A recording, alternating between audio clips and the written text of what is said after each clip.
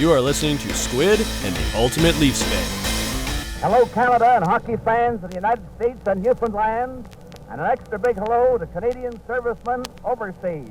Welcome, everyone, to another episode of Squid and the Ultimate Leafs Fan. I'm your host, Mike Wilson, the Ultimate Leafs Fan, and joining me as always is Ricky Squid Vive. Squid, how's it going? Oh boy, I guess it's going pretty good, Mike. I've been like a media mogul or whatever you want to call it for about the last week, and but that's what happens when you put a book out, I guess. Hey, listen, don't complain. At least you're getting out there and doing it. You're never going to be mediated out, believe me. No, I won't. Well, let me ask you this. What's the most common question you keep getting asked by all these guys? You got a little bit of a sample size now. I think mostly it's all about Harold. I get more questions about Harold Ballard than anything else, which is kind of strange. But there's been other questions. But I'd say the common theme from everybody I've been interviewed with, I think it's the Ballard thing. That's pretty funny. And yeah. Ballard, always, he's been gone, what, 40 years, and we've still got 30 years. We're still going on about him, right? It's just unbelievable. Well, yeah, it's crazy. Now, you must be getting some feedback on your book. What's the biggest surprise about people are coming to you at that they read about you in the book? I think probably, well, first and foremost, the biggest one was the fact that, I grew up with anxiety and had anxiety throughout my entire career. And not until I first time quit drinking at 35 did I actually have trouble with it and had to go see a physician and get, some medication and stuff. A lot of people were surprised at that. They had no idea. Of course, neither did I, because they didn't diagnose me with it. Yeah. Even though I went to our doctors and everything. And I got through it with alcohol, unfortunately. And, I don't think anybody knew that I had any, including myself, because they didn't diagnose me with it. Well, it's interesting that you mentioned that, because our guest today, Chris Nilan, went through similar issues, and he speaks openly about it today. And we're thrilled to have him on with us, and we'll certainly get to that part of the show. So we're going to bring him on in a couple minutes. But Catch-22 is the name of the book. It's available at all your outlets, Indigo and Amazon. And while we're at it, how about a little bit of plug for me too? I mean, my book, The Ultimate Road Trip's out there too. You can still get it at Indigo and on Amazon as well. I started reading it 2 nights ago, and I'm probably about 40 or 50 pages in. Yeah. And it's pretty cool. It's like, the people that you're meeting and seeing on the road, it's really, really incredible. It really was something, it was really, you're on the ice, so you can hear it, but being actually in the crowd with these people and then sharing their stories with you, and I'm telling you the emotions, and again, the people have to realize that it's not just, my team just happened to be the Toronto Maple Leafs. It could be, you could put yourself in there and put any team in there and have the same sort of feeling following your team around. And that's the point I want to make about this whole. Well, the one thing that amazed me was how in the heck ever organized Well, the girl in the other room and got to all the places on time to see the games. You think about weather, you think about all kinds of things, and I'm like, I can't believe he actually made it all to every single one. He wasn't late, wasn't delayed, and that to me was incredible. Yeah, it was. So, well, I had some big help, as you know, in the other room. Know her. Yeah. Well, I know all about that, Mike. Well, folks, hockey has been, but that's great. So anyway, thanks for that. And I hope people read it and enjoy it, but, enjoy the journey is what I like to say. Folks, while hockey's been on hiatus, it's not far from our thoughts. And we've decided to add a little bit of a new segment to our show, because we get a lot of requests every week from people asking questions, sending us notes. And what we thought we'd do is we'd designate a certain part to our show to people asking questions. Now today, Squid's, and this one, by the way, this one's unrehearsed, folks. So we're going to get Squid here right off the bat. And this is a good one here. This is from a young lad by the name of, I'm going to read this one to you. My name is Jonah Thomas. Known on social media as Tic Tac Toe Drag. My Instagram is TikTok Toe Drag, and my YouTube is called Tic Tac Toe Drag. I'm 13 years old. born in 2007, and played AAA hockey for the Toronto Red Wings. Now, he's got a couple questions here for us today. Number one, do you have any tips for young hockey players trying to reach the next level? Well, yeah, I mean, there's obviously you have to have a lot of drive. You got to really, really want what you're striving to get to. I would say the biggest thing is practice harder than you play. Make yourself better every practice. Listen to your coaches and your teammates, and try.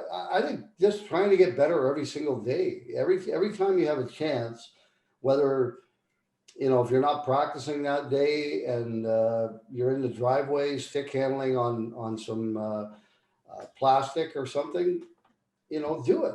Do something every day to try and get better. And that doesn't mean you have to, live hockey 11 months or 12 months a year. It's just when you got a free moment and you get nothing going on, just, go out and practice and hone your skills and your shot. And, then I think your chances increase probably by, I'm guessing, 50 to 60%. Well, the biggest thing too is conditioning. When you say in today's day with the way the players are, make sure you look after your body. Well, yeah, I mean, but we're talking about, teenagers here who are all in pretty good shape, and they're active all the time. They're for them, getting on a bike and riding a bike really isn't that big a deal because they're on the ice a lot. They're playing other sports. So their conditioning would be fine. It's just a matter of, I mean, you can maybe get a little bit stronger, but I think honing your skills is more important than anything else. Perfect. Well, his second one here, I don't know, this might be a bit of a trick question for us, because do we have any tips from either of us for hockey influencers? I would say, Squid, right off the bat, the question should be the way around. We should be asking Jonah, what do we have to do to get noticed like you? You have a big following on all your social pages. It's us two old stiffs that probably need the help here.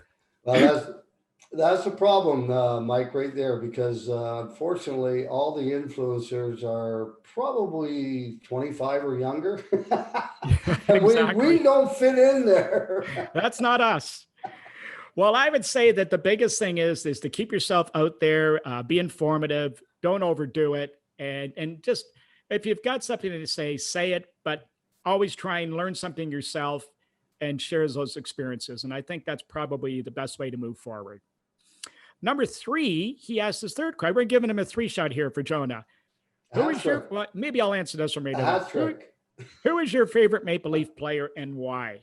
Well, I'll take this one. I think my favorite player growing up was Dave Keon, because that was the guy. He seemed to be, they weren't all real big size in those days, but he was a regular size guy who moved around the ice, seemed to always have the puck, and he never stopped moving the whole time. And he just seemed to be one of those guys you caught your attention the minute he stepped on the ice. Well, for me, my favorite Leaf was George Armstrong, mainly because he was a captain and indigenous gentleman, and he always had a wonderful smile especially when he had the Stanley Cup in his hand. And then I got to meet him later on in life when I got drafted by the Toronto Marlboros, and he was a real gentleman, and he was very quiet. He's a very quiet man, but a real pleasant guy to be around.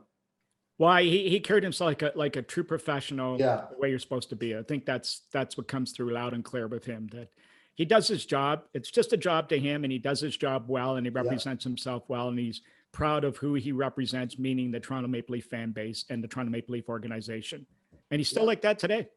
Yeah, he is. He hasn't changed one bit.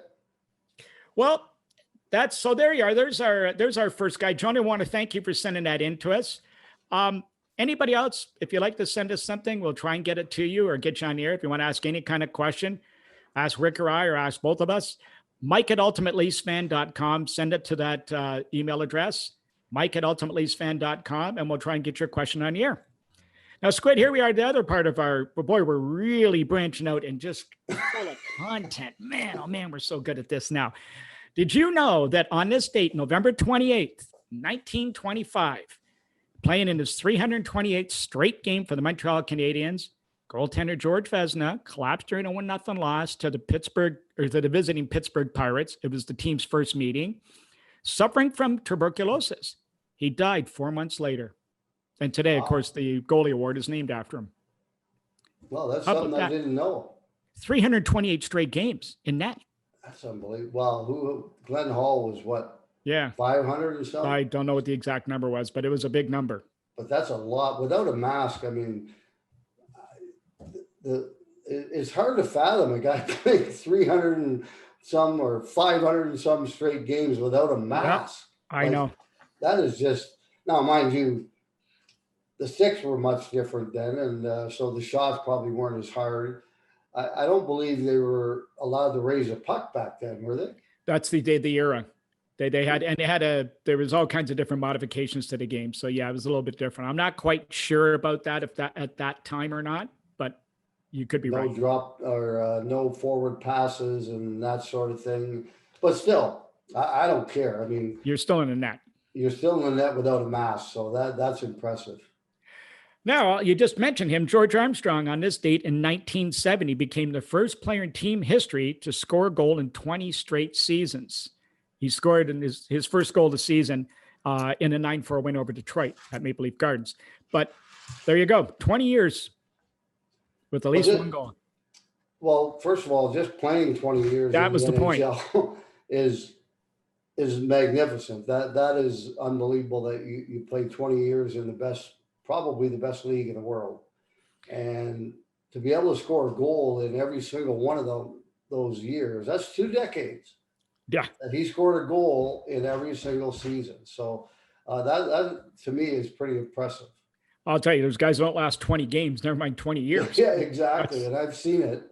And but I have seen some guys play till they're 40 or early 40s, and not that many though. I mean, I bet you, if I was to gather a guess, I would say there's probably less than 50 guys that ever played over 40 years old in the NHL. Yeah, there's not a lot. I don't know that number myself, but there's very few. Yeah. And boy, oh boy, that's quite an accomplishment. That's for sure. Well, also, Squid, I wanted to point out, there's a shout out from my old buddy, Billy Gardner. This is on this day in 1981. He scored the first goal of his NHL career. It was shorthanded, and it was against Calgary in a 4-4 tie. And I talked to him yesterday because I wanted to get something from our guest today, but he also threw this, and he said he also didn't realize that Lanny McDonald had just been traded to Calgary a couple of days before. He stole the puck off line. He went on a breakaway and scored. So that's a pretty memorable goal. And Lanny, how about that? How about now? I guess it must have. How about being management sitting up in the press box watching that one, thinking we just traded for? Oh my goodness! Look what he just did. Yeah, but I think he made up for it. I think he made up very, very well for that by scoring his 500th goal with the Flames and also leading them to a Stanley Cup. So yeah, and the winner against in the Stanley Cup against Montreal. Yeah, so.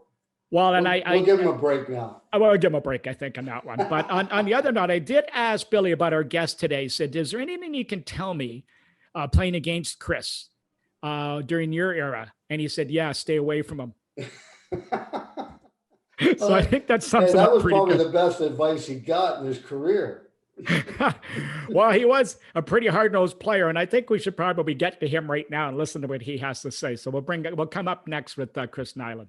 Squid, our guest today, is someone you played against throughout most of your career. He played 13 years, was one of those accommodating guys who'd play any way you chose, and one of only 9 players over 3,000 penalty minutes. That's 50 games, by the way, for those keeping score. Won a Stanley Cup with Montreal in 86, named to Team USA for the 1987 Canada Cup, and was chosen for the 91 All-Star Game. And along with a speaker now, spending his time, he has his own show, Off the Cuff, with Chris Nilan. He has lots of players on, does what we kind of do, only probably a little higher level, and speaks again very seriously about some of his addiction issues and is a real spokesman for that, much like yourself, Squid. We welcome to the show, Chris Nilan. Chris, how you doing? I'm good. Thanks for having me. Great to join the Leaf Nation if you will. Well, From we Hat like to cover Nation, it all. yeah. We like to cover it all.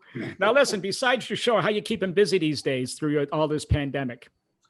Well, like anybody, it's been difficult. You know, I just, I've been trying to be as careful as possible. I actually think I had this COVID thing back in March. I went to drop the puck at the Quebec Pee Wee tournament. Mm-hmm. Actually the end of February, very beginning of March, and I came home on a Sunday. I was there for about 4 days, and I couldn't speak. When I got up in the morning, I had to cancel my show, which is from noon to 3 every day, and then it took me 2 days till it started to come back, my voice. But I was congested for about 3 weeks. I never get sick, and then not long after that, probably it took about a month after that, slowly but surely, I started getting pain throughout my body. I had a hard time getting out of bed, couldn't walk, my shoulders, my knees, my hips, everything. And it turned out I had this thing called polymyalgic rheumatica. And it's something that attacks guys our age. And it usually they're not sure, but it comes on after you've had a virus. So that's why I thought I had this virus, and plus the congestion part of it. So they put me on prednisone, and I've been on that now, and I'm starting to come down from it a little. It's stepping me down, but they we play it by ear as to when I'm going to get off it, because they stepped me down so low that some of the pain started coming back. So they bumped me back up to try and get me into a comfortable spot. But really, that's what I've been doing, trying to stay connected here with the whole hockey thing, and trying to stay connected with my family back in Boston, Mm-hmm. which my parents are 85 years old. Both my mom has dementia. So that's been difficult on my dad. And I FaceTime them all the time and we talk. And it's just, I'm not the only one going through all this stuff. And the way I look at it, there's some people out there have it a hell of a lot worse than I do. So I got a lot to be grateful for. Fantastic. Well, we want to keep it. People want to enlighten people a little bit where you came from to where you got to today. So, I mean, first off, though, we're very fond of nicknames on this show. Now, you have one of the best, Knuckles. I mean, it's got an obvious tone to it. Maybe explain who gave it to you and how'd you get it? A friend of mine, Jerry Dwyer. Now, how I met Jerry, I was in college, and Jerry was on the JV team, and I was on the varsity team. And one day after practice, I went up to sit in the stands because I had a couple of friends playing a college game after our practice. They were playing at Boston State College. And this kid come up, he was in the stands, he was sitting there, and he'd come up and sat down. I struck up a conversation with him, blah, blah, blah. He told me he's from Rhode Island, and I'm on the JV team at Northeastern. We became very good friends. Now, you know how hockey isn't like school, JV and varsity guys. You don't hang around with them JV guys. It'd be like NHLers hanging around with AHLers. So, but I became very good friends with him. And Jerry made the team the following year, and he, I was still fighting off the ice. You can't fight in college hockey, but I was still fighting off the ice. I broke my hand in a fight off the ice. I ended up getting in another fight off the ice where I got my finger almost bit off. I fought 3 guys, and one of them bit me so bad I almost cut my finger off. But I ended up in the hospital with a massive infection, and I was in there for about 2 weeks. Anyway, when I came back, Jerry gave me the nickname Knuckles, and it stuck all the way through from college to my NHL days until my days here as a grandfather. Well, you know what? I think that's probably a pretty good nickname for you, Chris. And because you could use them pretty darn good on the ice. But you were also a guy that could score goals and play the goddamn game too. So it's not like I know a lot of people like that talk to me and say, "Oh, do you know?" Yeah, we've met, we know each other and everything. And they said, "Well, boy, he was one hell of a tough guy." And I said, "Yeah, but he could play too." Fill us in a little bit on your time in Montreal and, you know, what you went through. And I know you scored 20 goals one year so. Well, I'm fortunate to have been drafted by the Canadiens, and that was done actually as a favor. A coach of mine growing up was named Judge Paul King. He's a judge in probably one of the toughest areas of Boston. He was a district court judge, chief justice, and he was suffering from arthritis. He was all hunched over. He had 8 kids, and the judge used to leave the bench 3 nights a week and come down, and we would practice 2 nights, play a game a week. And he was an incredible human being, but Judge King saw something in me that nobody else did. And you know, believe me, I played with a whole lot better hockey players than I was. I could always play. I worked hard at it. I could always be a halfway decent player. I could hold my own, but I was no superstar. I never was, and I never will be because it's too late now. But, you know, the judge saw something in me. He saw the drive, and Judge happened to be a very good friend of Dickie Moore, Hall of Famer with the Canadiens, and Doug Harvey. And the judge met them in a bar outside the Boston Garden after a Habs Bruins game. And he was having a couple of drinks, and he approached Dickie, and they started talking. He said he's a lawyer. So Dickie started picking his brain about business and contracts and how you negotiate and all that stuff. So they became fast friends. Fast forward, the judge, my draft year was the last year, 78 was the last 20-year-old draft. I was at Northeastern, and the judge had talked to Dickie, and Doug was scouting at the time, and said, hey, listen, Dickie, do me a favor. And I didn't find this out till the judge passed away, unfortunately. But the judge said to Dickie, could you please just get the Canadiens to draft Chris Nilan? And I guarantee you he'll do the rest. Now, that was a story from Dickie Moore told me this. And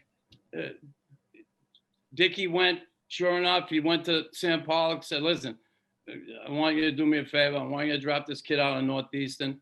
And, you know, Sam Pollock had Richard Scammell go down and watch me a couple times. Anyway, I happen to have a lot of penalty minutes in college. And anyway, and, you know, I scored my share of goals. I could play. And they drafted me. They drafted me at, you know, late in the later rounds, the 19th round, actually, 231 out of 235. But all the same, I was drafted. And I can tell you, you don't know how happy I was. I was really naive about the NHL at that time. So there wasn't a whole lot I knew about it. But that, just get my foot in the door, going to camp, getting sent to Halifax. Bert Templeton was my coach first year. And he didn't like college kids. He didn't like American kids. And I was warned ahead of time.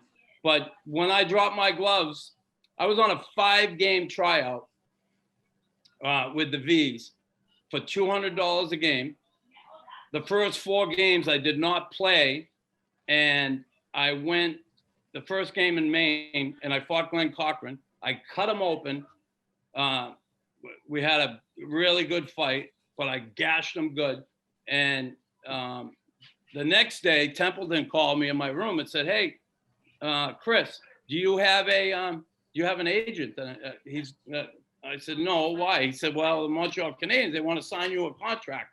And he said, you better get on the phone to them. They want to talk to you now. I'm there, what? I have one fight, and they wanted to sign me the contract. But I didn't realize I did realize the importance of that, but I guess I was, like I said, I was naive, and I ended up having to find somebody pretty quick, and I did, through Bobby Orr down in Boston, and he set me up with a guy named Dan Ray, and man, I had a contract the next day, 2-way deal for 16.5 in the American League and 60,000 in the NHL. And I felt like I died and gone to heaven. But again, I started my career there, Halifax, fighting all the time. You know, I played 49 games, I had 304 minutes in penalties, fighting every night, and I had 15 goals and 10 assists. Really launched my career to Montreal. I never realized that, and I didn't realize that there were scouts there watching me every night, which was kind of good because I didn't have a clue. I didn't worry, oh, someone's watching me tonight, I better be on my game. I didn't have a clue. And then I ended up getting called up, and, you know, Claude Rell helped me immensely. The organization, they certainly welcomed me as a fighter, but they wanted me to be more than that. And they certainly supported me in that quest to become a full-time NHLer. From Bob Berry, Claude Rell was really a big influence on me, and Jacques Lemaire. So yeah, it was a great organization to end up getting drafted by, getting that opportunity. If not for the judge, I would have never got it. And listen, I always wanted to be a Boston Bruin. So I hated the fact that the Canadians drafted me, but then again, I was happy. Well, I was going to say, of all teams to get drafted by, I mean, you grew up, obviously, Boston is a big hockey area, and Bobby Orr was, I believe, a big influence on you growing up, and then you used him as one of his guys as an agent. Playing college hockey, all of a sudden you go to the American Hockey League, and there was still a hangover effect from the Boston Bullies in Philadelphia, so fighting was still a very big part of the game. Wasn't the hangover effect, it was in full bloom. Well, there you go. So how was that your first time through the circuit? I mean, remember, you come from college where you weren't supposed to fight. Now you're going where it was just like every night. Well, you know, it came that part. Honestly, I say to people, I don't know if they don't want to believe me or they think I got a screw loose, but that was the easy part. Honestly, It was the easy part for me. I fight anybody on a dime. I don't care. The hard part was to become a hockey player, a full-time NHLer. And that's the thing I'm most proud of. Not the fighting, not 3,000 penalty minutes. Like I said, listen, was that difficult? Yeah, but it was a hell of a lot easier than becoming a full-time NHLer. The fighting came natural to me, came naturally on the street. And then to apply it on the ice, I had to learn a few things, and I did quickly. Otherwise, I wouldn't have lasted the 13 years I did. And, you know, I enjoyed that part of the game. Like, I enjoyed, and I always have, I've been fiercely loyal to my family, friends, and my teammates. That will never change. And I'm glad I was able to provide some of those people with some comfort at times and protection when it was warranted or called for. So, yeah, I love that part.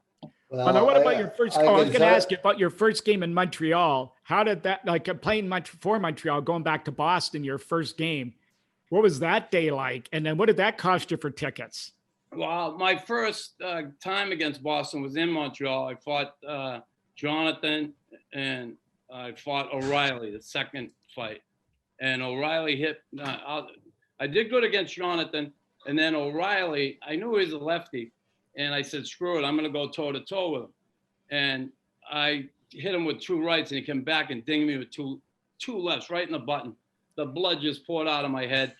And I stayed on my feet, and I hung in there, and I went to the box, and, you know, we had a few words, blah, blah, blah. And he showed me the left. You like that, huh? And honestly,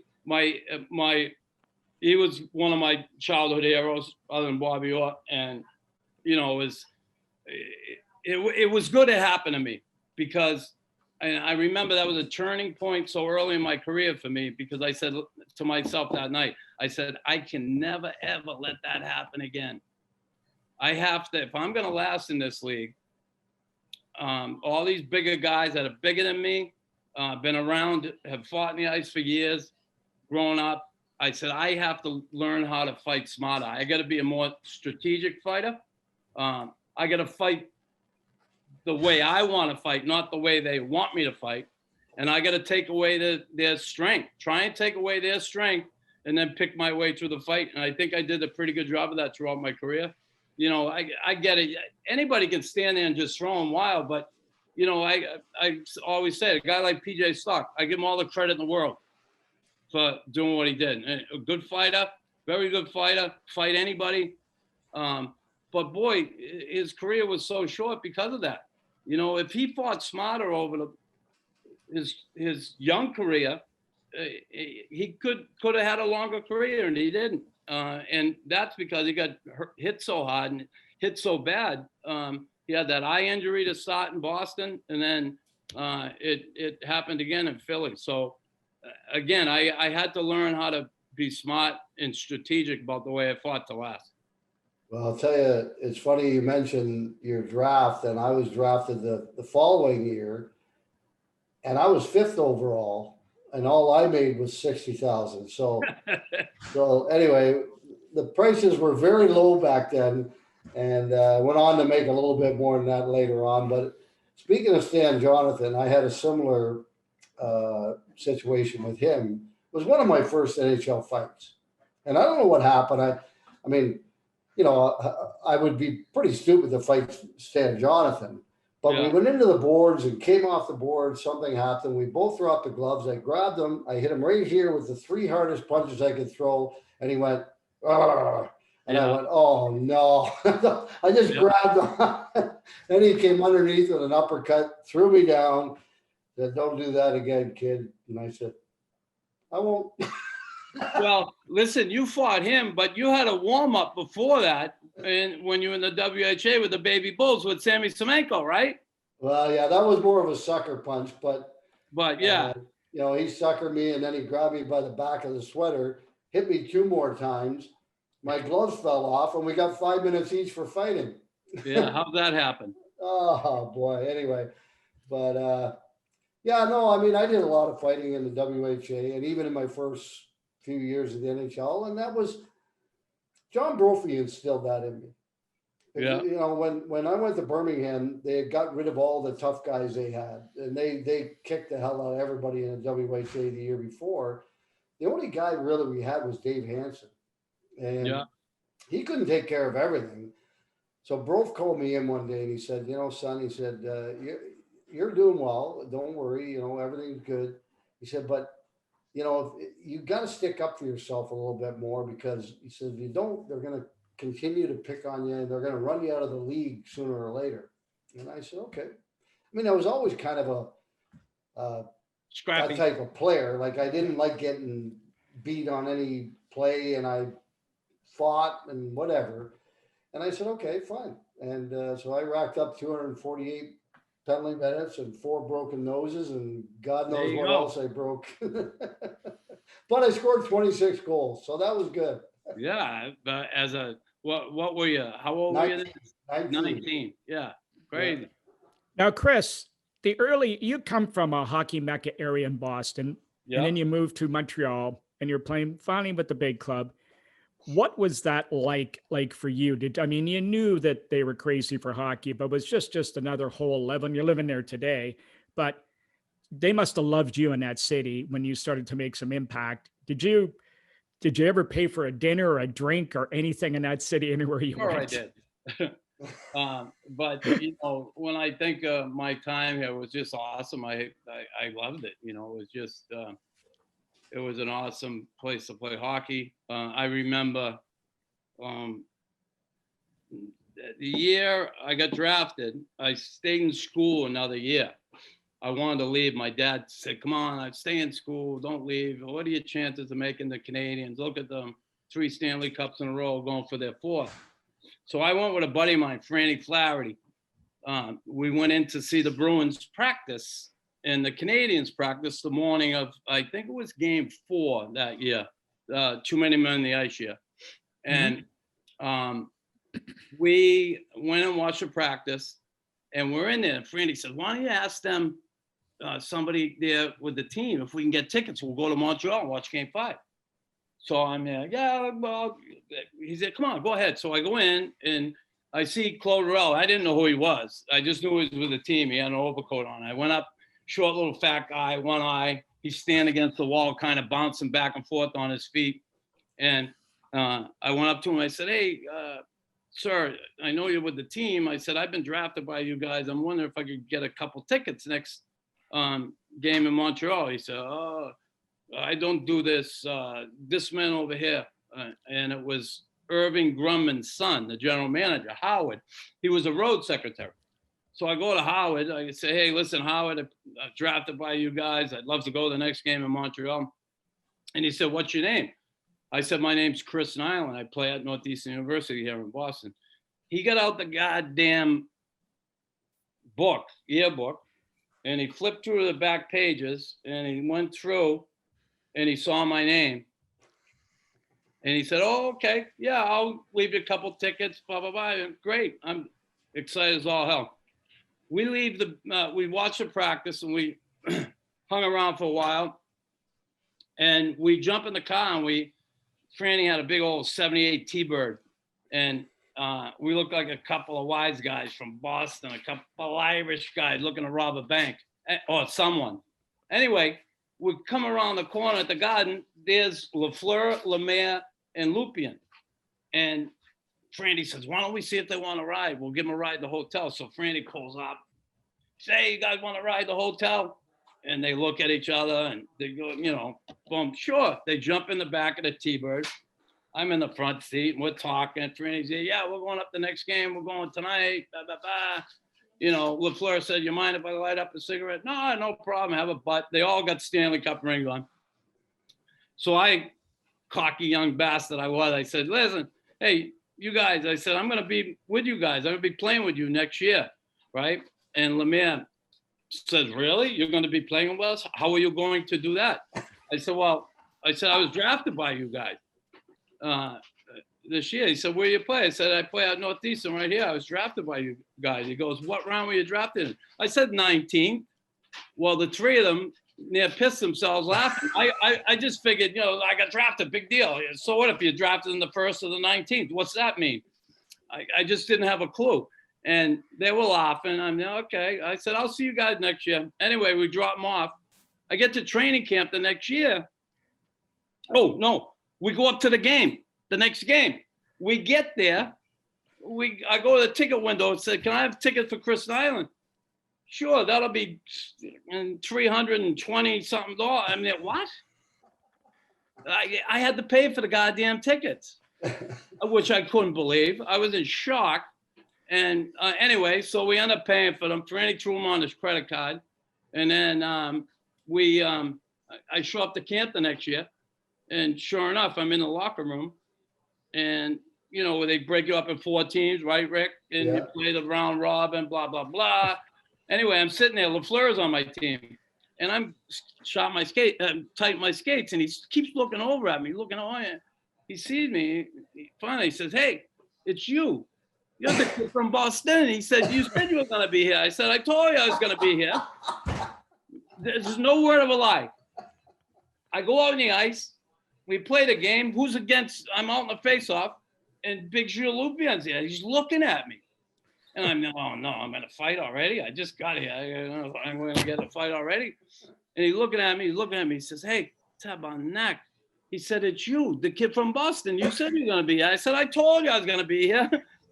So we go through the whole season. I'm fighting everybody, boom. And Lemaire went to Switzerland that year. He went to Lausanne. And he played over there for that year. And their season finished. And he came back to Montreal. So every day we went over the Cabernet for lunch, the team. And we're over there one day. And Lemaire's there. He's sitting there with Larry Robinson. I sit down. And all of a sudden, I see Lemaire talking with Larry. And I guess he says to Larry, he said, who's the kid Nilan, the kid from, is doing all the fighting? And then Larry introduced him to me. He says, hey, Jacques, Chris Nilan, new member of the team. I say, hey, Jacques, Chris Nilan. And he looks at me, he goes, Tabarnak. He said, Tabarnak, it's you, the kid from Boston. You said you were going to be here. I said, I told you I was going to be here. And we sat there and talked all afternoon. It was unbelievable to be able to interact with him. And we became fast friends. And he never forgot that with me when he coached me later. And then certainly he gave me a job as an assistant for a year in New Jersey. But Jacques was incredible to me. And it all started that day in that T-Bird. And he never forgot that. Oh, my goodness. That is pretty funny. Well, now, Chris, talk about the Stanley Cup year, 1986. I mean, by that time, it must have meant you must have really known where you were then. Well, I must have what? Well, you must have really known where you were then. I remember everything was just kind of a blur to you and all spinning around, but the significance of this year, obviously. It was just awesome to be part of a group of guys that achieved that goal. I mean, it was incredible. It was a highlight of my career. I don't care about anything I've done personal. The thing that I was most proud of was that, to be honest with you. And it was so fun to be part of that group. The worst part about winning the Stanley Cup here in Montreal, if you only have one, people say, hey, how many cups you got? And you go, one. They go, only one? I'm like, yeah, you only one. Try winning one, you son of a bitch. Well, I don't have any. And but it's like everybody here got 4 or 5 or 11. Yeah, 11 like Henri. But I got a good question for you for the organization in Montreal versus other organizations. You played in a couple other ones. How important is it to them? The Stanley Cup is what it is, and that's all they think about. Am I correct? Or is it in like other organizations, it's like, let's get to the playoffs and let's worry about that. For them in Montreal, it seems like it's Stanley Cup or bust. I'm going to say yes and no. It used to be that way. I think that's changed somewhat. Mark Bergevin had come in here and, was certainly, he did some good things early on. He tried to win with a team that wasn't his. He tried to add to it a core that wasn't his, and it didn't work out too good. And then he just went to ownership and said, listen, I got to retool this thing and I think he's done a good job. But with the number of teams in the league now, and it's great to have that goal, I think here, when Bergevin came in, and this is my take on it, I've never asked him. I can only think, and just the way being an observer, I talked to Bergie quite a bit that time when I see him at game, but I don't get into too much with him. But I get a feeling that here in Montreal, all that past and all that history and all that glory, he kind of wants to keep the players away from it, a healthy distance from it, because I think it puts too much pressure on them. Mm-hmm. That's what I think. Now, believe me. Do you think it has anything, Chris, to do with the different age of the players today, the way they're brought up and everything? And is it more somewhat at times about me more than us type attitude? Yeah, it could be a bit, but listen, these guys, nowadays, the business side of it is so much more. We started off with, you made $60,000 a year your first year, crazy, the difference in money. So the business is so much more. The salary cap kind of has given it a level playing field, but the number of teams, it is terribly difficult to build a team and keep a team together to be able to be successful. The best teams that do it are able to finagle that, the salary cap, bringing in guys constantly, some younger players, guys on, first year deals that are able to, you're able to get in under the cap and have a competitive team. It's really difficult to make the playoffs in the NHL today. That's why I think it's changed a little bit here in Montreal. And last time they won the cup was the year I retired, 92. The year before I retired in 92, they won 92, 93. And yeah, they made the playoffs since, but not near what they used to do. And, when we played again, you could keep a team together. Our team was like, you've been on teams with it. You're tight. It's like a family atmosphere. You're close. You're together. I mean, I played in the same line for like 6 years, Carbonneau and Gainey. That's ridiculous. So I think it has a lot to do with the number of teams in the league today and how competitive it is and the salary cap, honestly. Well, the National Hockey League is the most competitive professional league in North America by far. I mean, you've got 25 teams at any given time could win a championship if they do make the playoffs, and there's no other league that boasts that even close. So the level of competition, that's to Rick's point, and to yours also, Chris, is, yeah, once you get there, then let's just see what happens, but get there first. Whereas before, you're right, you could dominate the league with a stacked lineup. Pretty tough to do that these days and keep it together for any period of time. Yeah, well, that's why when you see what Chicago did recently, that's as close as you're going to see it to a dynasty, and it's, you know, you just don't see that anymore. That's why it was really impressive what they did. You know, Tampa Bay, they just finally won last year. We thought they were going to win the last 3 years, right? Tampa Bay, didn't happen. They win last year, great. Can they do that again? We'll see. Now they're having issues with the cap. And, you know, there are some issues with the salary cap in the NHL. And I talked about it today with my partner, Sean Campbell, that, you know, here's a team, Tampa Bay, they're up against the cap now. And they're kind of getting penalized. Like, all these players they've drafted them. They haven't gone out and signed these free agents. A few here and there. I mean, come on. Last year they signed a few, but those guys weren't big up against their cap. Here's a team that drafted really well, and they can't keep their players. It was like Chicago, right? That first year they won there, who'd they lose? Dustin Byfuglien. What a role. That guy could play forward. He could play D. He's mean. He's big. He can shoot the puck. He can play the game. And they end up losing him because of that. So I think there's some things they could kind of, you know, work on to make that a little bit better, especially with teams who draft well. You get penalized for drafting well. Well, the thing, I've talked about it before, the length of contracts and so on, and maybe if the league comes out with a more balance towards the teams that drafts you, like, in other words, if you're drafted by that team, they can give you an 8-year deal. And if you're not drafted by them, the most you can get from any other team is 3 years or something like that. Balance it out so that players stay with the teams that draft them. I agree with you because, I mean, you know, you look at even the Leafs. I mean, you know, they're up against the cap, and they had to bring in some old veterans, all under $1 million. And, you know, it's very, very difficult.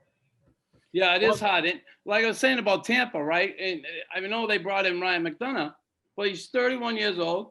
He got 6 years left on his deal. He's making $6.75 for the next, just under $7 million for the next 6 years. Like, teams have to eat so much of those contracts. If you want to get those good players like that in free agency, or sign them as free agents, or get them in trades, sign and trade, man, you're going to have to pay them to keep them. And that's what Tampa did there. And that also hurt them, you know, that hurt the players they drafted, because now, you know, they're looking at Tyler Johnson, guy like that, kind of, you know, he could be gone. Alex Colon, another one, could be gone. Yeah. They need to make some room.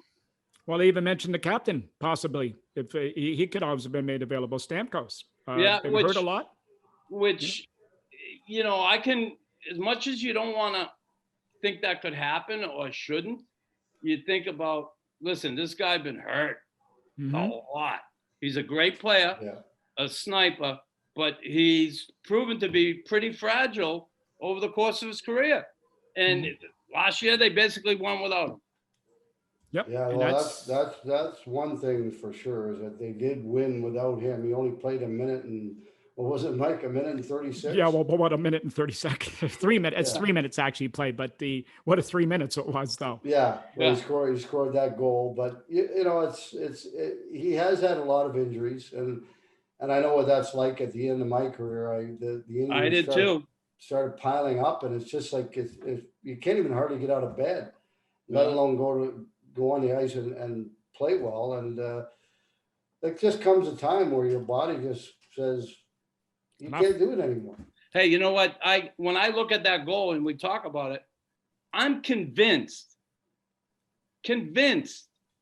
that he tore that hockey hernia again when Twisting. he jumped up after the goal.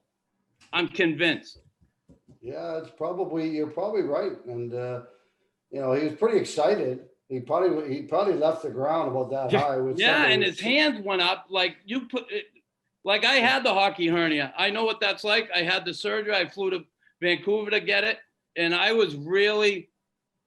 took my time with it. I had it in the end of the season. So I had all summer to recoup. And boy, it felt great when I come back. But I'm convinced when he jumped up there, he pulled it again. That's probably a good point. Yeah, I had a hernia myself, Chris, but it was when I was coaching. Yeah. I don't know what it was from, but I ended up with a hernia. And then sitting on the bus, I had to tuck it in and get into a comfortable position. And I eventually had to go have surgery at the end of the season. But traveling on the bus for 13 hours or something was pretty difficult when you got a hernia. Yeah, I had that problem on the bus too. I always had to tuck it in when I sat down in the seat. Now, Chris, January 27th, 1988. Let's get back to talking a little bit about where you were traveling to. Now, you were moved to the New York Rangers. I mean, the hockey gods are probably thinking of all places to get traded to. First off, Montreal drafts you, arch rival. And then the second probably worst place to go would be for rivalry for Bostonians would be New York. And there you're off to the Rangers. How did that all take place that day? That almost broke me. No, I never, once I came to Canadian, like I told you, I'm extremely loyal to family, friends, and certainly my hockey team, my teammates. And that, I was devastated when that happened. I don't know how guys do it. I just don't. Everybody says, oh, it's part of the game. It's the business. Oh, yeah? Up your ass with that one, with me, because I never wanted to play with another team. Once I came to Canadians and once I established myself here, I made a deal with myself early on that I was never going to let a coach tell me or even make the inference that I should go out there and fight. Now, listen, I knew coaches, they're going to put me on the ice in situations, stuff like that. I had a coach, Jacques Lemaire, who took me out of those situations. Mm-hmm. So there's a respect thing there going on with me. Well, I'll respect you, you respect me. You're going to disrespect me? Well, see you later. And I had that happen with the coach here at the time, Jean Perron. He went around the room in Hartford. We were going through a tough time, losing some games. And Jean went around the room to everybody. He came to me and he said, Chris Nilan, when is the last time you had a fight? And I said, what do you know about fighting? You wouldn't be able to stick up for your mother if someone grabbed a pocketbook. I give it to him. And anyway, he wasn't happy with that. I did it in front of everybody. And I remember going back, played that night, and then went to Buffalo. And Jacques Leperrier, well, I went to practice that morning. I had a different jersey on. I wasn't with my line for the first time, Gainey and Nilan, Gainey and Carbonell. And I went back to the hotel, had lunch. I just knew something was coming. I was having a hard time. Anyway, I got back to the room, and Jacques Leperrier called me, assistant coach. He said, hey, knock. I said, what's up, Lappy? He said, listen, the coach, he want to talk with you down his room. I said, hey, Lappy, listen, you know I love you. I respect you. I said, if the fucking coach wants to talk to me, tell him to get on the phone and call me himself. I hung up, and 2 minutes later, he called me. And he said, Chris, yeah, what's up? He goes, can you come down to the room? I want to talk with you about your ice time. So I know, okay. I walked down the room. The door's wide open. And I walk in. I said, so what's up? He said, Serge is on the phone. And I was like, oh, my heart dropped, you know. And I got on with Serge, and he said, big boy, I'm going to trade you. And I said, where'd you trade me to? And he said, St. Louis. I said, Serge, I don't want to go to St. Louis. I don't even want to leave the Canadians, but I ain't going to St. Louis. He said, well, where do you want to go? And I said, I'd like to go to Boston. He said, I can't do that. And I knew Phil kind of always liked me, always talk to me when I was down there, say hi and bye and friendly. And New York was close to Boston, my family and stuff. So I said, listen, can I go to the Rangers? And he had already traded me to St. Louis. He said, let me call you back. And he did it. Now, Big Serge, I talked to him afterwards, and I love Serge. And Serge, Pat Burns was in the minors at the time. And Serge told me, he said, oh, I didn't think Pat was ready. It was either you or the coach. And, I just didn't think Pat was ready. Although Pat was ready 2 months later. Hello? So don't bullshit me, Serge. But I put Serge in a bad spot, the way I look at it now, and I did. I wish he would have chose me over that. Because honestly, Jean Perron, he got a Stanley Cup as a coach, but he was a meathead. And he just didn't understand the game. He couldn't. It was crazy. But anyway, I put that behind me with him. But he is a meathead, and he. Anyway, I ended up going there to New York, and I was devastated. Honestly, it almost broke me. I didn't allow it to, though. The one thing that saved me was that I stayed true to myself. I always said I was going to never let someone do that to me. And that was my only saving grace.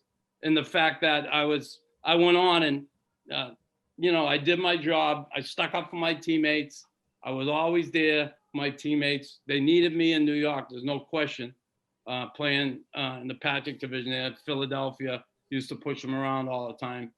And then I went on to Boston. But like I said, it almost broke me. It didn't. And, it just wasn't the same.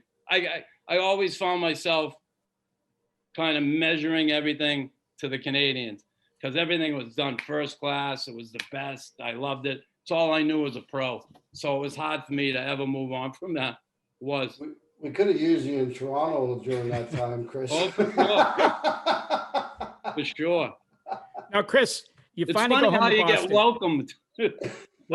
We would have taken you for sure. It's funny how people welcome you in when you play that style of game. But anyway, we would have taken you. You go back to Boston, finally go home. Now, what was that day like for you? And then once you started playing there, was it everything you would imagine it would have been playing for your hometown? No, it was like getting a fucking root canal for 2 years. I went back. I remember my father telling me, "Don't come back here," because I had I tried to make I had a verbal agreement with the GM at New York at the time, and I hurt my knee there. I broke my arm twice. I had the hockey hernia, and he had promised to sign me a contract. When it came time, he backed off, and so I said, "Listen, you don't want to honor the verbal agreement." I said, "I'm out of here. I don't want to play here anymore. I'm done. Trade me." He begged me to stay. He said, "The fans are going to go nuts. They're going to hang me, blah, blah, blah." I mean, I don't care. You went back on your word.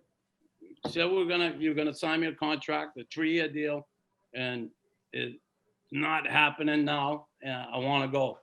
He tried to backtrack. I wouldn't let him. Anyway, I said, I want to go to Boston. He did it in reverence to him. Thank you. He kept his word on that end. And I went back home. I remember the first night, I was nervous as all hell. I was sitting next to Ray Bork and raising their knuckles. "Come on, will you calm down? You're like a goddamn rookie." He said, "You like this for every game?" I said, "No, I'm nervous." I said, "In my hometown, people gonna accept me here after all the bullshit, you know?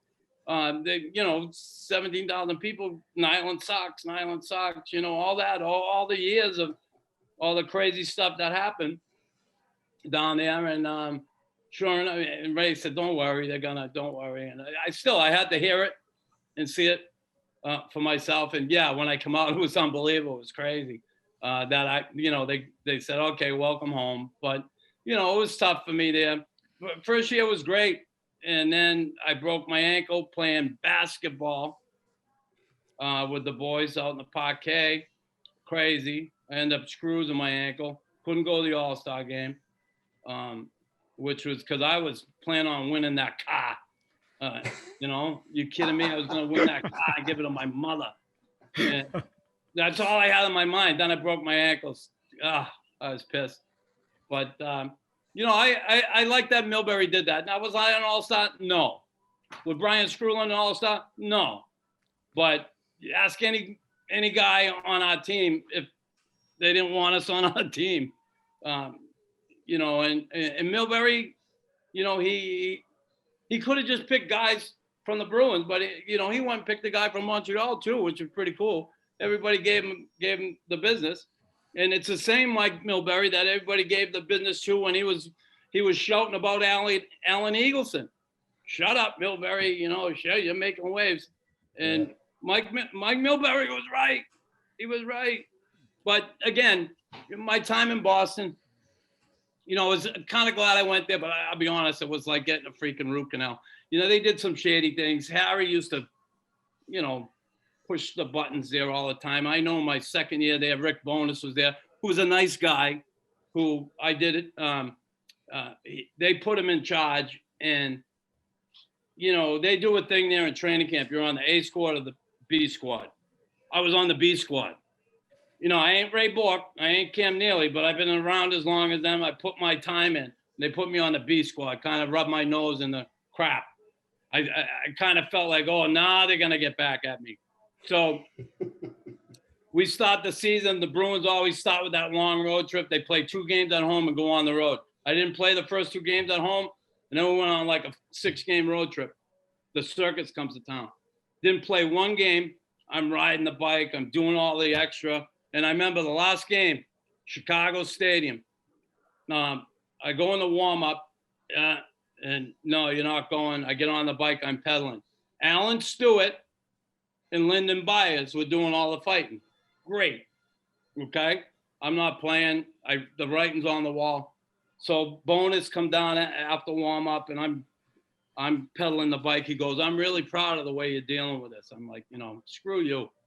Because this wasn't coming from him. It was coming from Sinden and Milbury. And it really pissed me off. And I know that Rick won the job, and he is a great guy, but he was being a puppet for them. And it pissed me off. And anyway, okay, I'll just keep working my butt off. I'll get my chance. Well, come time to get my chance, what happened? We got home from that road trip. Alan Stewart got in his car. He packed his car up, all his stuff, and he quit hockey. He went back to, I don't know, out west where he's from. He had it with hockey, didn't want to fight anymore. Enough's enough. And that day in practice, Lyndon Byers broke his ankle. So all of a sudden, we go practice, blah, blah, blah. And Rick Bowness had me on the line. He comes in after practice. I'm sitting there. He comes over to me. He goes, hey, Knuckles, you ready to go? You ready to go tonight? I said, Rick, go fuck yourself. Exactly what I said to him. He said, what? I said, you heard me. I said, yeah, you expect me to go through a wall for you now? The way you treated me here at the beginning of the season? Like I said, the B team not playing 1 game on the road trip, and now because you don't have a couple guys that can go out there and fight for you and for the team, now you want me. See you later.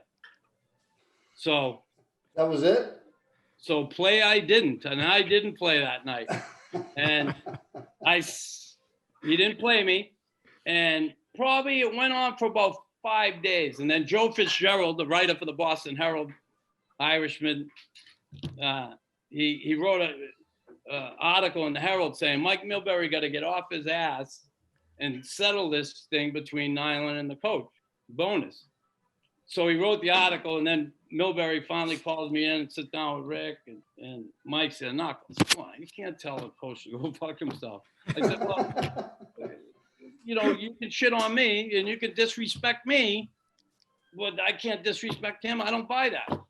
But, I'll put it behind us if you're willing to do that. Sure, we'll do it. I shook Rick's hand, and we played New Jersey that night, and Rick Bowness played me.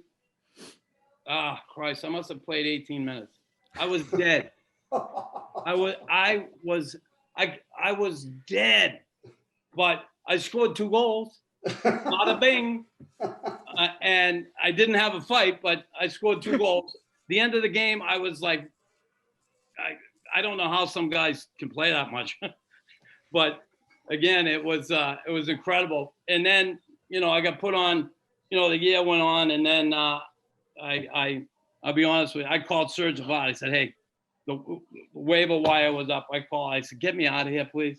They were putting on waivers anyway. I called Serge. I said, will you get me out of here and pick me up? And Serge waited. The waiver wire, it's done at 3. And I didn't get picked up. I mean, that son of a bitch said he picked me up, blah, blah, blah. And he picked me up about, I think, with 10 seconds left before 3 o'clock. And I was back to Montreal and Pat Burns. And I'm thinking, Jesus, like Pat said, Jesus, I don't know why Serge ever moved you. Because I would have been perfect for Pat Burns, right? Of course. Oh, God. And anyway, I was there, and that was Pat's last year too in Montreal. He went on to Toronto, and Knuckles went out to pasture. Well, now, Chris, not on a more serious note now, you speak very openly about your addictions over your career. What do you mean? I've been serious the whole time here. Yes, you have been. Now, and Squid, you can join this too, because you and I talked about this off air beforehand. Where do you think this all sort of began for you, Chris? Now, you did come from, you're a high-profile player, playing in a high-profile city, temptations, all those type of things from people trying to get close to players like yourself and your teammates. What did that have some influence in you and bring it all about? Nah, not really. Not really. Listen, addiction, alcoholism, again, it's deemed a disease. Certainly it is in my family, but every person's different in the sense that certain things happen in our lives like that can kind of lend to you going down that path. Now, some of it has to do with childhood trauma. Some can do with chemical imbalances, depression, stuff like that. That's why I have a tough time when people always point to guys who fight in the game and they try and make the correlation between fighters and suicide, fighters and addiction and alcoholism. But it doesn't matter who you are, what you did. It's what happened with me, and and I think a lot of people, it encompasses your whole life. It has as much to do with your childhood, your teenage years, your formative years, into your professional years as an athlete and after hockey. And so it's a combination of all those things. And quite frankly, it happened to me. It's part of my life. Do I wish that didn't happen? Of course. But the fact of the matter is it did. And it is part of my life. I take ownership of it. And I understand it more than I ever did as I sit here today. And I embrace the fact that, it was great. I was able to survive it. It's nothing I'm proud of, but I'm proud of how I got myself out of it. I'm happy how I've changed my life. I'm basically the same person. I have found ways to do some things better in my life. There's no question about it. I have much better coping skills today than I did before. Healthy boundaries today more than ever. I've got control of that part of my life where once it was totally out of control. So it's a good thing.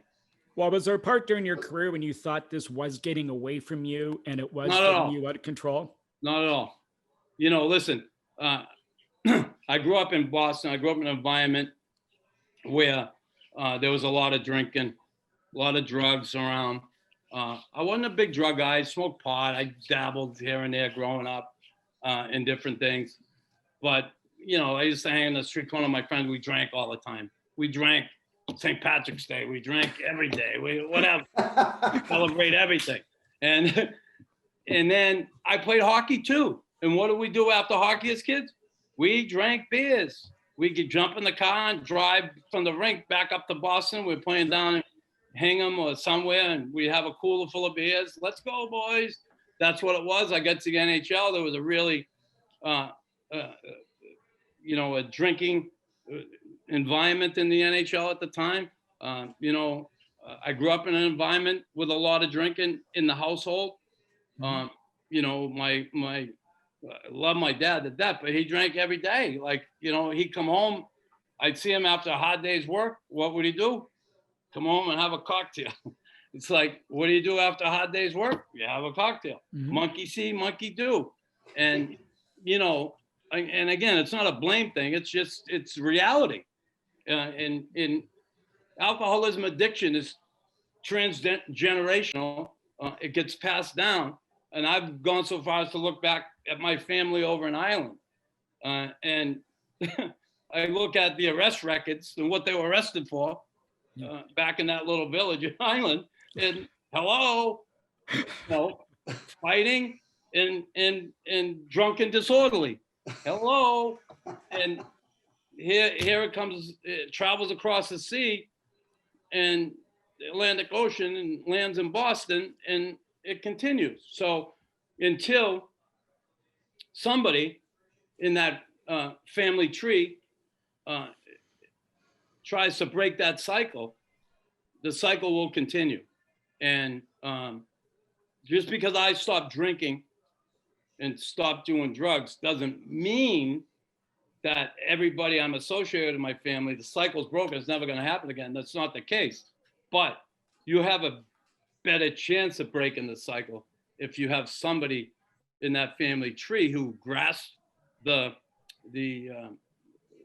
way to deal with alcoholism and addiction and is able to live with it every day in a healthy way.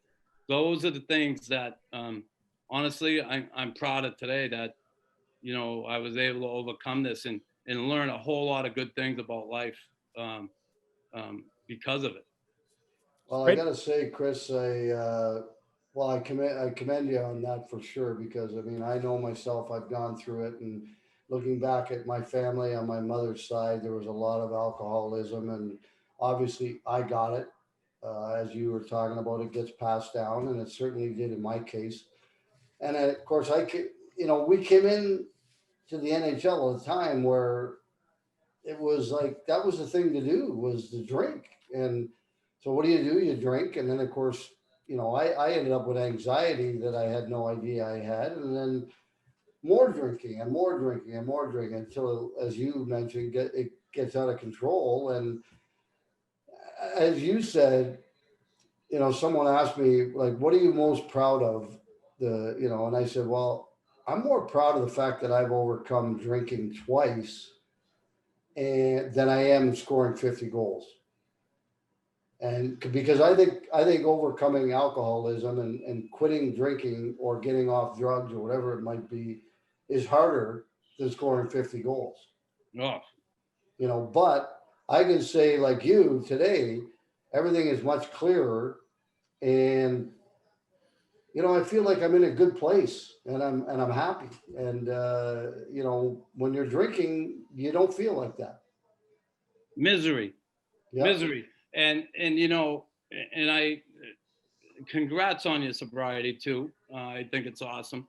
I had heard through the grapevine, you hear through the grapevine here and there that people, stop drinking, which is a good thing. I know it's not an easy thing to do. And when I think back of my addiction, when I was at the height of my addiction, it's not easy at all. I got on the painkillers. I went from painkillers to heroin. I was shooting heroin. I'm like, how the hell did I get here? And a lot of people say, oh my God, he was shooting heroin. But listen, I was surviving, okay? And when you're on painkillers, you're on opiates, and the teeth go in, the claws go in, and you can't get them out. It is the most, people say, oh, just stop drinking. Just stop doing heroin. Just stop doing the painkillers. It is so easy to say, but so terribly difficult to do.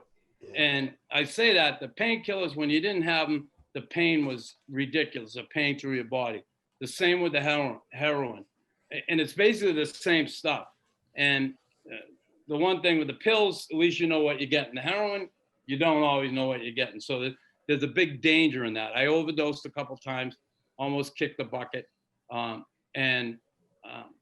You know, I've gotten past that. But I remember when I first went to treatment, and I didn't have a problem when you come in with a group of people and you identify, you say, I'm Chris, I'm an alcoholic, I'm Chris, I'm a drug addict. I always said, I'm Chris, I'm a drug addict, because I knew I was a drug addict, like I was, like, but I did not accept the fact that I was an alcoholic. Because I said, listen, I could always drink. I was a good drinker, you know? And the drugs brought me down really fast. You know, there was a good year and a half I was on the heroin, and that was it. And I went off the treatment. But like I said, I identified as a drug addict, but I couldn't as an alcoholic. And then my pal in treatment, Ed, who was my counselor, said to me, listen, Chris, how come in group you identify as a drug addict, but you don't as an alcoholic? I said, well, I'm not an alcoholic. I can. Ed said, come on, Chris.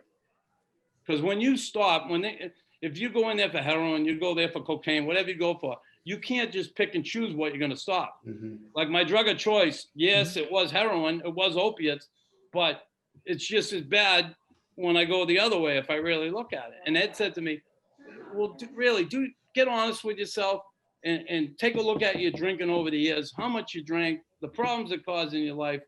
You know, I didn't get up in the morning and drink every morning, no. So I always thought, oh, that's what an alcoholic is, because the heroin, I had to get up first thing in the morning. I had to do the heroin or the painkillers, or I couldn't get through the day. And some people are like that with booze. I wasn't like that with booze, but that doesn't mean I'm not alcoholic. I drank alcoholically. I could not drink for 5 days, but boy, give me the next 2, you'll see an alcoholic. And you know, it's what it is. And like, I finally realized that, yeah, I am an alcoholic too. I got honest with myself. I said, listen, you know, yeah, okay, the heroin was bad. The booze is just as bad, Chris. And you know, I accepted that. And anything that takes me out of myself, anything that I put in my body that helps me to self-medicate is not a good thing for me. And I'm just, like I said, Rick, you said you're proud of what you did. And I'm so happy to be a sober man today, a sober man. Yeah, and a clean. It's awesome.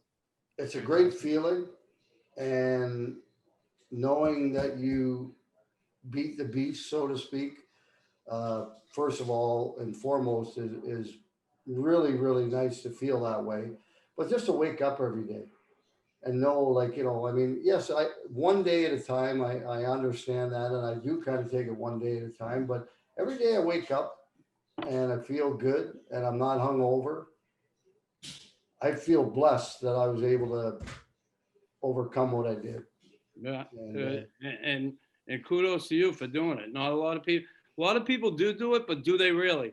Like, there's difference between getting sober, okay, and somebody who just stops drinking but doesn't change anything. You know what I mean?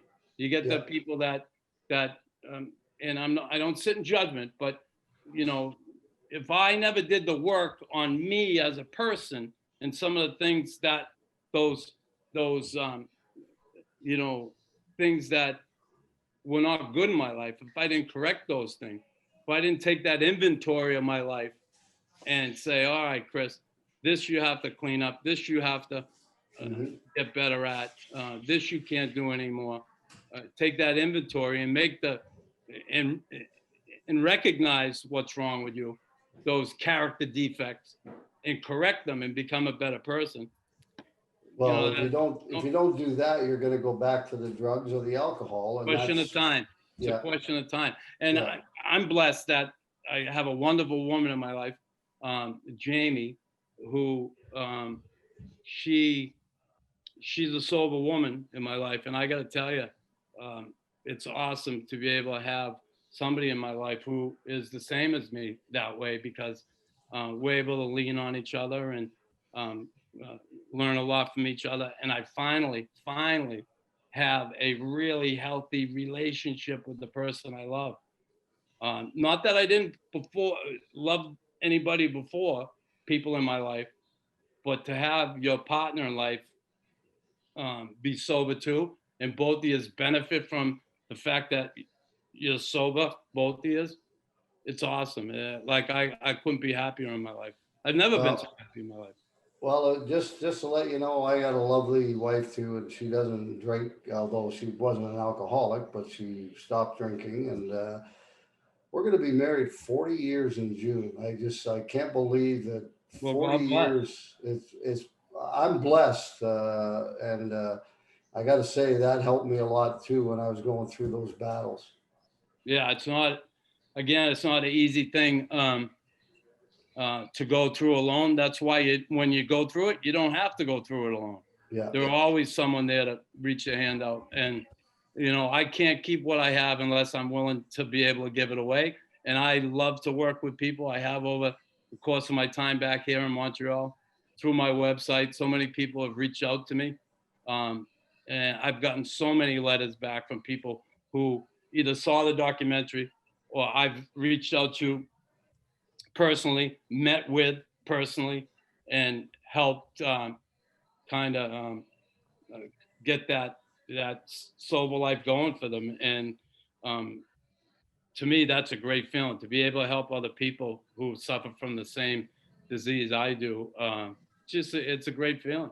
Well, I think on that point, sorry, Mike, just no, quickly, go. You talk about helping other people, and it's not the easiest thing in the world to do, because not everybody is open to getting help. And I had a call from Larry Landon, Larry, who's with the PHPA, and there was a friend of his whose son, I think, was 19 years old and was on drugs and alcohol, and he was getting ready to go away to rehab. So he asked me if I would go and visit. So I sat with him and his dad for like 2 hours. And I talked to him a little bit. I talked to him kind of how to prepare him for when he got in there and what he was going to go through and everything else. And then what he had to do when he came back. So I got a nice phone email from the gentleman, the young man's old father. He's been home 3 months now. He's sober. He's working extremely hard at staying that way. He's only 19 years old. Keep that in mind. And this kid hopefully will have a future now. And it wasn't just because of me, but the fact that I was able to have an input, period, before he went away to rehab, and maybe help him realize where he was going and what he was going to have to do to get sober. To me, if I can help anybody, and I've had a couple of teammates that I've tried to help that unfortunately are no longer with us, and that hurts a lot. But you know what? If you can help one person out of 5 or 10, then I think you've done your job. Yeah. Well, I think the big message from all of this is that again, to you two guys, big credit for stepping up and admitting the issues that you have and the demons that you fought for your lives, and now you're back and you're openly speaking about it and helping other people. I think that's the first step that any listener listening or viewing this today or in the next little while can take away from it. And the reality is that just because you're a professional athlete doesn't mean you don't face the same challenges that every regular guy does and every regular person. So great on you guys doing this. I know that your influences are influential on people in the place and out in the world. And it's terrific that you keep this kind of work up. Now, we just have a couple minutes left with you, Knuckles, and a couple of things we'd like to go through. Now, first off, who is one of the tougher guys, one of the toughest guys you fought through the league? And maybe I'll give you a double question here. And who besides is that? Me. Besides Squid. And who is listen, we all put our pants on the same way, although some of us have a more difficult time in the morning getting them back on. But some of the tougher guys, God, everybody. One question I hate is somebody always asks me, "Who's the toughest guy you ever fought?" I'm like, here's the deal. All them guys who do that job are tough. I don't care. And I'll be honest with you, I never classified them. All right, there were guys bigger. I knew this guy got longer arms. I knew this guy's a righty, he's a lefty, that kind of stuff. But I never underestimated anybody. I treated them all the same. Dave Brown, tough as nails. O'Reilly, Jonathan Secord was tough. Big Dan Maloney. I fought there in Toronto. Sweetheart too of a guy. Tony Twist, Stu Grimson, Big Jim McKenzie, a lot of tough guys. And like I said, they all have my respect, and they certainly deserve that respect. Well, what I wanted to do is I wanted to go with this question is I didn't want to ask you to identify one guy for that exact reason, because they are all tough in that field when they do take that role. But the second part of this was kind of two parts to it also, was the fact that who is that? There must have been a couple of pests out there that, why you bother me all the time and you just want to cuff them across the head. Or also is that guy, that's trying to make a name for himself by coming after somebody like yourself. Did you ever kind of give them that opportunity just to get themselves better with their coach, say? Well, Linsman was always that yappy little yap. and like, I like Kenny. I met him after hockey. He's an awesome guy. I get along great with him. But Kenny was one of them. Gary Risling was a real yippy yapper. I couldn't stand Rizza. But he was a funny bastard when it's all said and done. Paul Baxter, another one. I threw a puck off his head one game, split him wide open in the penalty box. He stuck me in the eye with his stick, cut me. I tried to fight him. He turtled on me, got in the box. He said, I'm going to give you it in the other eye now. I said, oh, yeah. And I looked down, the pucks were there next to Claude Mouton, frozen. I picked the puck up. I stood up and I fired it right off the head. 10 stitches. Then I went after him while I was getting stitched by Dr. Mulder. You ever see Paul Baxter? Ask him the story. You will laugh your ass off. Anyway, just funny. Those guys, those pests like that. Who gave you the best chirp of all those guys? Linsman was a chirp. Flurry a little bit, right? Mouthy little feel. Hey, where's your bucket? What bucket? It's the one you need to carry the puck in. Just stupid stuff. Now, did you ever give? Now, there's guys out there that I've heard from guys guys will come and challenge them, knowing that there's no way they can beat you, but you accept the challenge anyway to help the guy out. I had to do it all the time. Like, I hated your first year, couple of years, not bad, and then here you are playing Boston in 4 exhibition games. Hello. Yeah. What do you think's going to happen? And I'm playing all the games because, we can't let our guys get beat up, but I got to take every idiot that comes along. You got to be there and you got to fight them. And that's what I hated about exhibition season. But again, it's part of it. But, you get there, you're there a while and it's kind of a pain in the butt to do.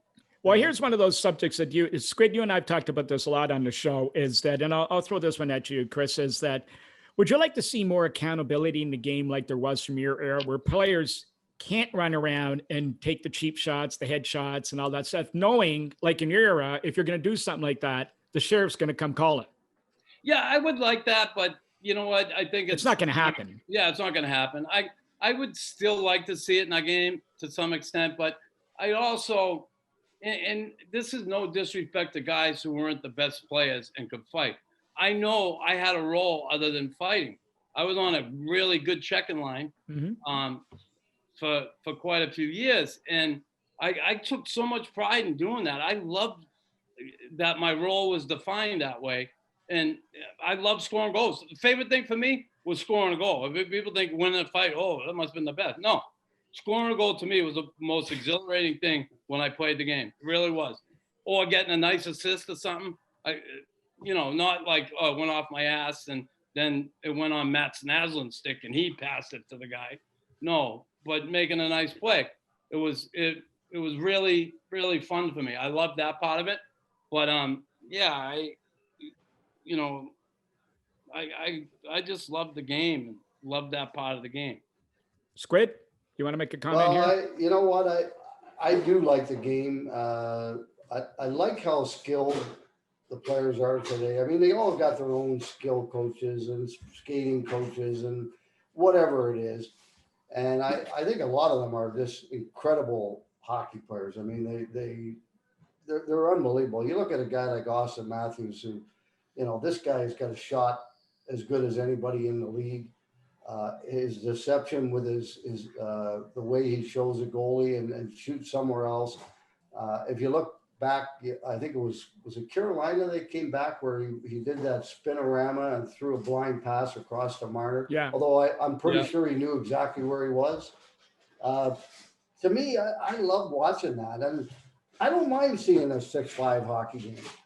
You know, it's better than the old days when the Devils did their trap and won 1-0, 2-1 every damn night.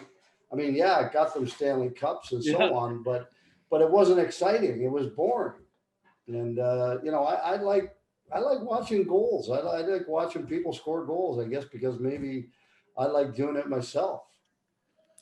Now, Chris, I can agree on that. I love seeing goals scored too. It's awesome. As far as that fight part of it, though, moving forward, I just, you know, it's never coming back. They never take it out, I don't think. No. But you know, they'll always leave it there for them two guys that you know, so pissed at each other they just drop their gloves and fight. But what I was getting at before about guys who just fight, like I remember the Philadelphia game where we had played in the playoffs. We were fighting in the warm up, right? But after the warm up, we had that fight. I had that fight with Dave Brown. I fought him for like 12 minutes. The referees weren't there. You know, we'd fight, we'd rest, we'd fight, we'd rest. He had no jersey on. But the worst part about that is I had to play the game afterward. I had to play the whole game. I had a role other than being a fighter, and I was dead tired when the game started. My neck was sore, my arm. And Dave Brown, where was he the whole game? On the bench. On the bench, yeah. Yeah, he never played. And no disrespect to him. Again, that's how it was. Those are the rules then. And that was the tough part about it. And I guess I like guys like Tom Wilson. Okay? Yeah. Go play the game, you can fight. You know, who's the guy? What's his name? Ryan Reeves. I love that kid. And, you know, he's an okay player, but boy, guys love having him on his team because they know the guy, no matter what, even though it's not a big fight game now, he's going to have your back. You're going to have your back. Now, Chris, just before we wrap up here, I want to thank you for joining us. Just a little bit about, you know, from your personal side again, you did have a connection through family to a pretty famous Bostonian who was not really a law-abiding citizen through marriage. And he was a hockey fan and a good fan of yours. And he used to come to some games in Montreal and Whitey Bulger. Yeah. How did that all develop? Well, it was through relations through your wife. Just through marriage, you know. And I had a relationship with him. You know, some people over the course of the years talking about that, or people bring it up. I usually, sometimes I don't like going there because people seem to have something wrong with it. Here's the deal. I married into that. I understood what he did for a living. I did not take part in any of that. He was always good with me. It's not like I condone what he did, you know, and he ultimately paid the price not long ago at the age of 90 years old in a wheelchair. He got beaten to death in prison. And, you know, I remember my ex-wife asking me, you know, is it wrong that I feel bad that, you know, for someone who caused so much pain and misery in other people's lives, that I feel bad for what happened to them? I said, no, it's not, because it wasn't all pain and misery in your life. You had a different relationship with that person that other people didn't. And, you know, people can stand back and sit in judgment. I don't sit in judgment of people. Do your thing. You know, I never liked sitting in judgment of anybody to begin with. Sit back and pick other people apart. Screw that. I don't have a problem with it. I don't have a problem with saying that I had a relationship with him, and he was always good to me. I visited him after he got arrested in California. Spent a half hour with him, and yeah, he paid the price. Hey, he was a hockey fan. Yeah, he could be a hockey fan. Yeah, he was a Canadiens fan. And he was a fan. So now there is a story that when he was arrested, one of the surprise things was they found a ring, which apparently was yours. Is that true? No. I had 2 Stanley Cup rings. I only won the cup once. I gave my father my ring. Yep. When I won the cup, and after Serge traded me, he brought me in one summer. The summer after, I was doing my golf tournament for the Children's Hospital. And he called me in and sat down, and he had another ring for me because he knew he gave mine to my dad, and he felt guilty for trading me. No. So those are the 2 rings. I have one of them, and my father has since, who's still alive, gave the other ring to my son. Jim had enough money to go, and I call him Jim. Jim had enough money to buy everybody a ring. Yeah, God, that's good. That's a good enough answer right there. So he went and got his own. He got his own. Well, Yeah. that was actually kind of that was the story. Now, no, apparently he was quite a fan. He used to come to the games and take some of the guys out for dinner and stuff like that. And anyway, thanks for sharing that with us. Now, just for you, we know you've got your show. Do you want to give you a couple seconds here to plug your show off the cuff on TSN every day from 12 till 3? Yeah, I don't want to plug my show. Yeah, why bother? Don't listen. None of you listen. It's not worth listening. No, it's fun. I have a great partner, and we do a Habs lunch. Sean Campbell, myself, and Tony Marinaro, and then off the cuff, my show and Sean Campbell's show is between 1 and 3. Sean and I have a great working relationship. Really, Sean loves sports, and he's really good at what he does. And Sean knows me. He knows how to press my buttons, get me going at different times. We have fun. I have fun with it. It's difficult now a little because of, the situation with sports. We do the football. We preview NFL games on the weekend. We recap them on Mondays. We do some of the other sports here and there, but, it's hockey centric. And without hockey, who's happy? Not many people in Canada are happy without hockey. Amen to that. Squid, you got anything for Chris before we go? Well, Knuckles, I just want to say thanks for coming on. And you know what? It's when I first heard about, your problems and so on, and of course, going through the same stuff myself, when I heard that you had gotten sober and were doing great, had your own radio show and everything, I thought, you know what? That's fantastic. I said, I played against him for most of my career. Tough son of a bitch. I don't think we never actually had a fight, but I saw you beat the shit out of a lot of guys. And I thought, you know what? I would have loved to have had that guy on my team. And but I'm glad you got sober. I'm sure as hell glad I did. And, the best for the rest of your life and same, with your career and everything else. Good for you. Well, I appreciate it. Mutual respect for you. Certainly a great player in your own right. I'm glad that you got sober, changed your life around to be happy. Hockey, when we look at it, it's a really small portion of our life. Oh, yeah. And it goes by so quick. You don't realize it when you're in it. When you're out of it, you do. And there's a lot of life to live after hockey. And it's awesome you were able to change your life around. And a lot of respect for what you did as a player. 50 goals, very difficult to do in the NHL. I don't care what era. And you did it. And you were damn good at that job. So, it's all behind us now, that. And I'm just glad that you're in the same boat as me and you're a sober man. And we only have what? We only have today. Remember that. Yeah, absolutely. Not yesterday, not tomorrow. We only got today. Well, that's fantastic, Chris. We want to thank you so much for being so candid and being so open with us. You're a terrific guest. All the best to you in your show moving forward. And listen, thanks for joining us, and we'll talk to you soon.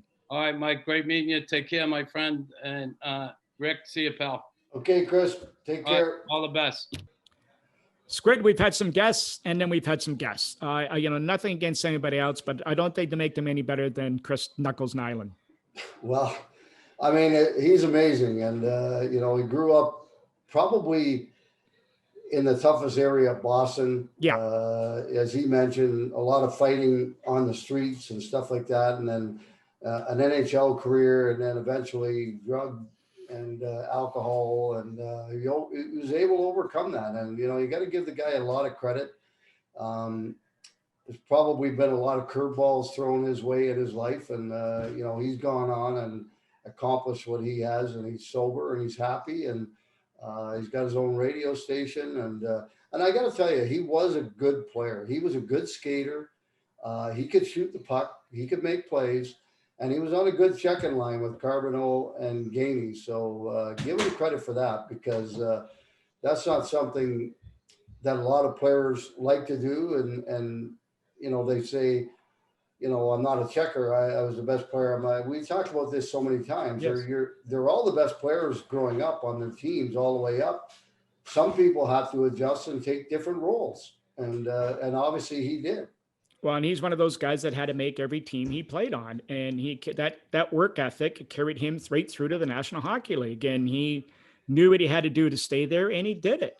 And what I really admire about him is during our conversation is the fact that he made no excuses for succumbing to the demons that he did. And he wasn't blaming it. I mean, can you imagine a high profile guy like him walking around Montreal? I mean, I can almost guarantee you they never paid for a drink or a dinner, or anything there. And people throwing themselves at him in a city like that with, women and drugs and alcohol and anything you want thrown at you. Mm-hmm.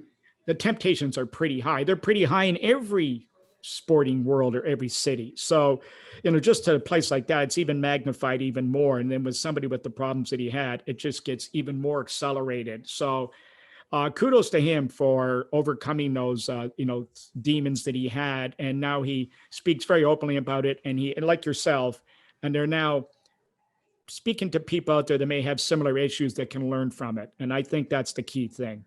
Yeah, absolutely. I mean, I always look at it and I think, okay, if I can, if there's 10 people and if I can help one of them become sober, then I've done my job. I saved one person's life. And, so, I mean, it's not that I go out of my way and go and do it all the time, but, there has been times where I've tried to do it. It didn't work. There's times where I did it and it has worked. So, yeah. There's some people can overcome it. Some people can't. But if somebody wants to get better and they listen to somebody like you or listen to somebody like Chris or Jim McKinney, whoever we can bring into the equation, they're going to get some help and they're going to try and improve and they're going to improve. But if they don't want the help, I don't care who's talking to them. They're not going to get better. No, it doesn't matter if you don't want help and you don't want a better life and you don't want to, have a good life, then it doesn't matter who's talking to you, because you're just not going to respond and you're just going to continue doing, like what do they say? The definition of insanity is doing the same thing over and over and over again, expecting different results. Well, that's kind of what alcoholism is like. And, because you do the same thing over and over and over, and you're thinking that things are going to change, but they don't. They don't. No, and it's the same as why a lot of the hospitals and that they see this all the time. And people, when they get in those situations, will tell you exactly what you want to hear, and they'll say it verbatim every time, and they'll play right to the situation. And that's why a lot of the centers that help these people will not admit anybody that's forced to go in, but rather they have to want to go in, or they won't take them. And that we've had problems in our family, that same situation. I know I've been begging at them. Why can't? Because they'll just walk out the door tomorrow. Yeah. And, unless they want to be here, they're not going to stay here. So the first step to getting better is admitting the issue. And I think, with guys like you and Chris, as I said, and even Jimmy McKinney and some of the other guys that we've talked about, keep doing this mission, or your mission statement, as we'll call it, on that stand. I think that the world will be a better place for it if we have people speaking openly we are today. Yeah, no, there's no question. We need more people realizing that, it is a disease and it's hereditary. And, Chris spoke about it openly, and I believe it truly is. And, So, I mean, if you look at your family background and you see that, you know, and I'm very, I guess, lucky that my two boys didn't get that because, you know, they're able to go out socially and drink and not overdo it and that sort of thing. So, you know, in a lot of ways, I'm lucky that I didn't pass it on to them. That's great. I mean, and that's terrific. Well, we've come to that point in the show again there, Squid, where we've got to call it a day. As we said, we've introduced a couple of new twists to the show. The question and answer segment, we want to add to that. For any listeners out there that like to send us a question, send it to mike@ultimateleafsfan.com. Send your questions. We got one today we want to thank Jonah Thomas again for his terrific questions. We'll look for a few more next week that we'll pull out. Hopefully some more. We'd love to answer questions. We love to answer questions is exactly right. So again, look for us. We're on ultimateleafsfan.com. You find us on YouTube. We'll find us on all the new SoundCloud podcasts. We're going to be on all of those now. We're on iTunes and Spotify and all those places. But look up Rick under Rick 5. Mike Wilson, look for me under Ultimate Leafs Fan on Twitter, Instagram, Facebook. We're in all those spots. Looking forward to speaking to you guys next week. Everybody enjoy themselves, and we'll talk to you then.